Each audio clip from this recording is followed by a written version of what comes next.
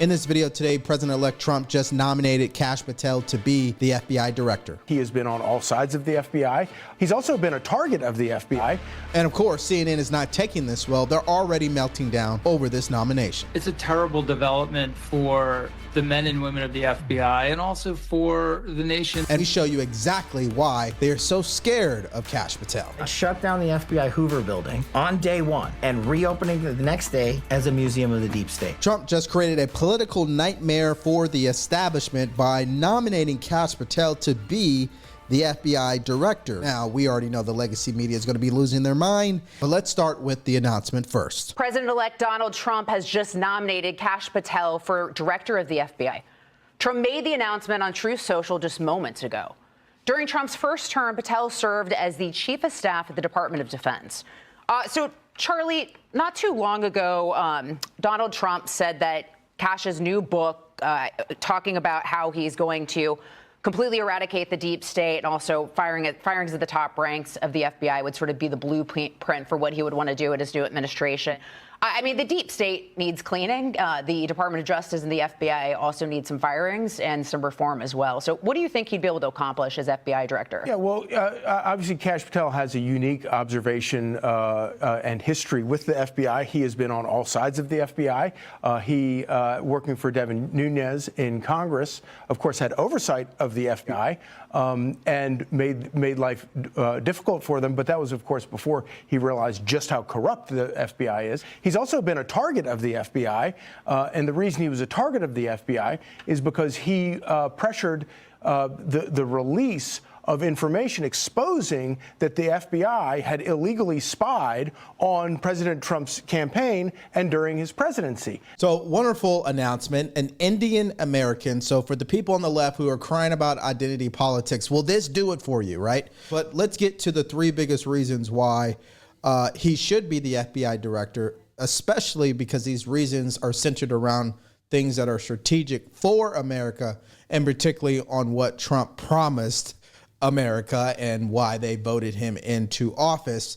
The first one right out of the gate is just proven loyalty and commitment to drain the swamp. He did not have that with A. James Comey, and definitely does not have it right now with Director Wray, who clearly is never going to make it, because this guy literally had his own agents run up in Mar-a-Lago and search through Melania Trump's dressers and her panties and you name it. They went through every single inch of that place. So yeah, if I was the president-elect, I would not keep Director Wray on. Absolutely not. He needs to go. Here is President-elect Trump's actual official announcement on Truth Social. I'm proud to announce that Kash Patel will serve as the next director of the Federal Bureau of Investigation. Kash is a brilliant lawyer, investigator, and America First fighter who has spent his career exposing corruption, defending justice, and protecting the American people. Key words, by the way, right? He played a pivotal role in uncovering the Russia hoax, standing as an advocate for truth, accountability, and the Constitution. I have to stop here because, guys, this right here automatically disqualifies the left from saying anything.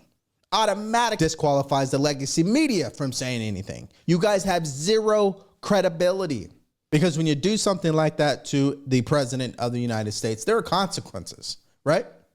Kash did an incredible job during my first term, where he served as chief of staff at the Department of Defense, deputy director of national intelligence, and senior director for counterterrorism at the National Security Council. So what do you mean he's not qualified? Because I know that's going to be a talking point, right? Okay. Kash has also tried over 60 jury trials. The FBI will end the growing crime epidemic in America, dismantle the migrant criminal gangs, and stop the evil scourge of human and drug trafficking across the border. Kash will work under our great Attorney General, Pam Bondi, to bring back fidelity, bravery, and integrity to the FBI. So the only question that really matters is, will he actually get confirmed? Because we know the current FBI director will have to resign or be fired, right? So it's interesting to see, and we're going to get to more of that in this video. Now, a little bit of background here. Patel was involved in significant investigations during his time in the government, particularly with the House Intelligence Committee, where he helped expose alleged FBI misconduct in the Russia hoax, right? his work on the Nunes memo aimed to highlight perceived abuses by the FBI and DOJ. This is why, I mean, you're going to see a meltdown definitely starting on Monday. I mean, every single legacy media outlet's going to come out and they're going to say this is a terrible pick. They're going to get people on the record. They're going to bring people on. They're going to do the whole works, right? But here's why this pick really matters. Patel's history shows he's not afraid to challenge the establishment. His appointment could mean a continuation of Trump's mission to clean out the corruption and bias within the FBI. Let me just show you an example, just a little taste of the meltdown that is already happening minutes from this being announced. Watch. Yeah, well, it's a terrible development for the men and women of the FBI and also for the nation that depends on a highly functioning, professional, independent Federal Bureau of Investigation. The fact that Kash Patel is profoundly unqualified for this job is not even like a matter for debate. So I think what we should really be thinking about right now is what does this signal in terms of Donald Trump's intent for the FBI? The installation, or the nomination, I guess we should say at this point, of Kash Patel as FBI director can only possibly be a plan to disrupt, to dismantle, to distract the FBI, and to possibly use it as a tool for the president's political agenda. So let's start with what they're going to say first about Kash Patel, that he is not qualified, right? It's the same rhetoric they've been using for a majority of the nominations from Trump. But the fact of the matter is, this isn't a conversation about who's the most qualified. This is a conversation about who's going to get the job done, who has the skills and the will to follow through on what Trump has promised the American people. And the American people expect reform. They expect the FBI to be cleaned up. They expect the weaponization to be thrown in the trash. When you have the FBI raiding a former president's home, yeah, I think we got some issues over classified documents. Okay. And I definitely didn't like it when they raided Joe Biden. It's just messy at the end of the day. They have other things that they could be focusing on, just my own personal opinion. But yeah, they're going to go with the whole narrative that he's not qualified. But the problem here is Americans don't care about that, especially when we know that Vice President Kamala Harris, she was never qualified to be vice president, and she definitely was not qualified to be the president of the United States. So let's not start with who's qualified and who isn't, because we can go toe-to-toe with that all night long. But let's continue with this other meltdown. The fact that this is even a seat that we're talking about shows how much Trump is planning on putting his people in, and how this gets to Patel. There's no one less, I mean, there's a lot of people less qualified to run the FBI. There is no one the only reason why Trump would have done this pick is for his retribution campaign. There is almost no other reason to explain this. And I know that we have to say, you know, in terms of reporting, well, we'll see what others say, or we'll see what the Republicans do. But everyone who has followed this president-elect and who he wants to put in knows that this particular position and this particular person is being chosen for what is essentially the retribution camp. So first is he's not qualified. Second is this is about Trump getting revenge on what took place with him over the past 4 years, even the past 8 years. I don't see it that way. I truly believe that it's a little bit of everything. And that includes, number one, remove the weaponization of the FBI from politics. Number two, rebuild the trust of the FBI with the American public. Can't do that if you're continuing to hear that the FBI is going after political opponents, right? Thirdly, to really promote transparency, right? That also goes back to the trust, because the FBI isn't transparent and they all chalk it up to national security reasons. But there are certain things that they should be transparent about. And the only thing they're ever willing to be transparent about is their DEI initiatives, right? Now, let me give you an example where they are not transparent and why Kash Patel is so frightening to the establishment. Hear him talk about January 6th with Tim Pool. Watch. As a former federal prosecutor and a public defender who defended a lot of these types of cases, what you need to show is whether or not the FBI and government agents were using undercover operatives and informants on the day of January 6th. Because if you can show that, you know they've been at, hang on, But the paperwork shows, having run informants, that's a 6-month buildup, minimum. Right. Minimum. It's not like they just dropped him into the Proud Boys and said, hey, go, don't disrupt, please. So once you prove that, then you defeat the insurrection narrative with the FBI's own documentation. Forget what the videotape shows. Just for people who you can't see what's going on in the room, the reason why Kash just said hang on or whatever is because I started smirking and rolling my eyes. And what I meant to convey with that is, come on, we know they were involved. No, look, I totally clarify, agree. Though. Yeah. I'm not saying I know definitively. What I'm saying is a reasonable suspicion is that there were agents. There's a video showing a guy with an earpiece pulling people into the building.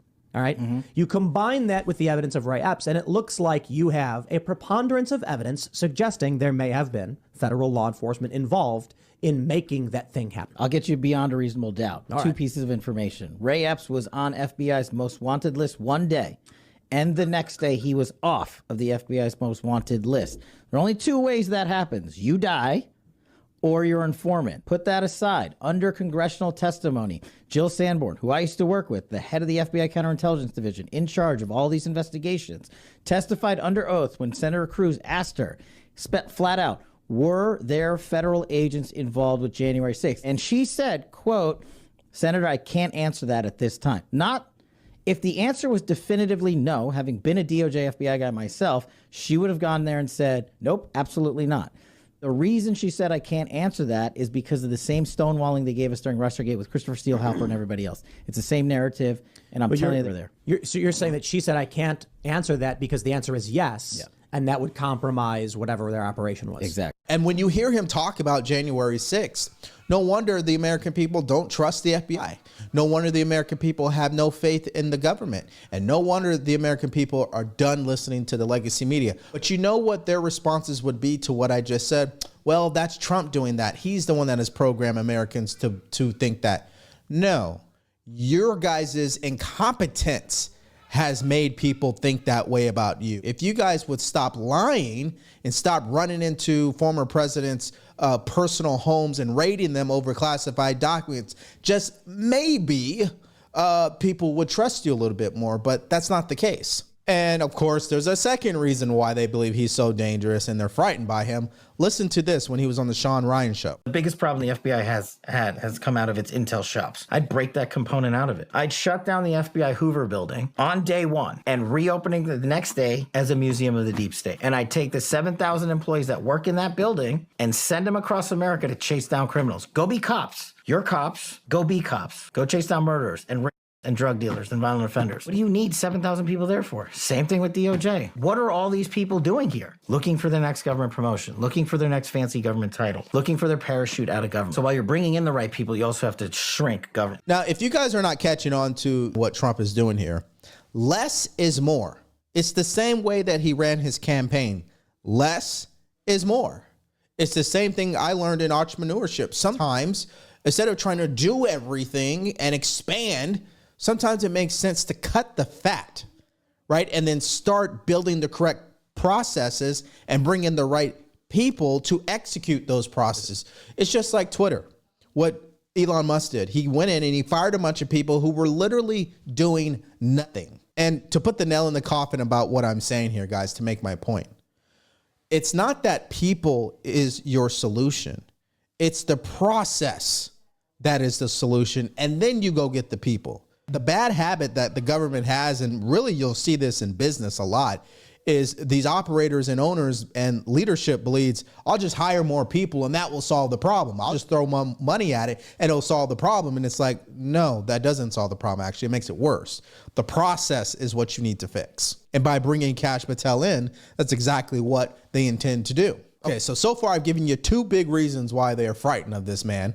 Let me give you a third one, and I would probably argue that this is the biggest one because this is the one that everybody is so intrigued about, and that is Jeffrey Epstein. Listen to this. Who has Jeffrey Epstein's Black Book? Black Book? FBI. But who? That is, that I mean, there's... Oh, that's under direct control of the director of the FBI. Just like the manifesto from the Nashville school shooting of the Catholic schools. Yeah. We still haven't seen that, right? It's not the Nashville police or PD saying we don't want this out. The FBI airmailed into that operation and said, this is not getting out. Because they do that because this is another government gangster operation. All these local law enforcement communities get funding from the DOJ and FBI for local programs. And if you don't cooperate, you're not getting your $1 million for this, and you're not getting and that's a lot of money to these local districts. That's how they play the game. That's why you don't have a black book. Or the but the black book, it's not just sitting. I mean, that's Hoover power times 10. And to me, that's a thing I think President Trump should run on. On day one, roll out the black book. Now, Kash Patel, I think, is a great pick. So now this is my own personal opinion.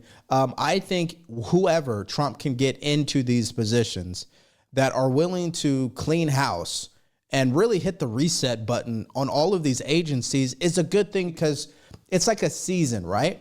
We lately, especially over the last 4 years, we've been in a season of total incompetence and corruption, right? Where everything has been politicized, and it's been so bad that even every area of your own life, yes, you, has been politicized too. Everywhere you go, it's about politics, right? We need to get back to common sense living. Not everything has to be about politics. Not everything has to be, well, oh, you voted for Trump, I'm not going to talk to you type of attitude, right? It doesn't need to be where we're hearing, oh, Melania Trump and Barron Trump got debanked because she's the wife of President Trump, and for political reasons, we don't want them banking in the United States of America. I mean, that is ludicrous. Things like that should not be happening in our country. And they act as if Donald Trump is the worst thing to ever set foot in the White House, which we know is not true. When they act that way, and they've been doing the things they've been doing that I would actually call to be extreme, the only way we fix it is by doing extreme things. So I'm happy about the pick. I can't wait to obviously cover the meltdown this week coming up.